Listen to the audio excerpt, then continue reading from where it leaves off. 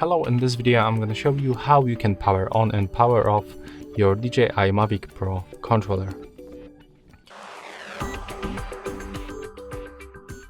So that's very simple. You have to just use this power button. You have to click on it once and then click and hold it until this connection status turned on. To turn it off, just do the same. Click once and then click and hold. A little bit quicker and it will shut down. So click and hold.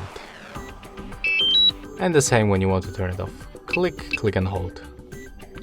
If it is not working, just repeat until you successfully turn it off. So yeah, that's all for this video. Hope you like it.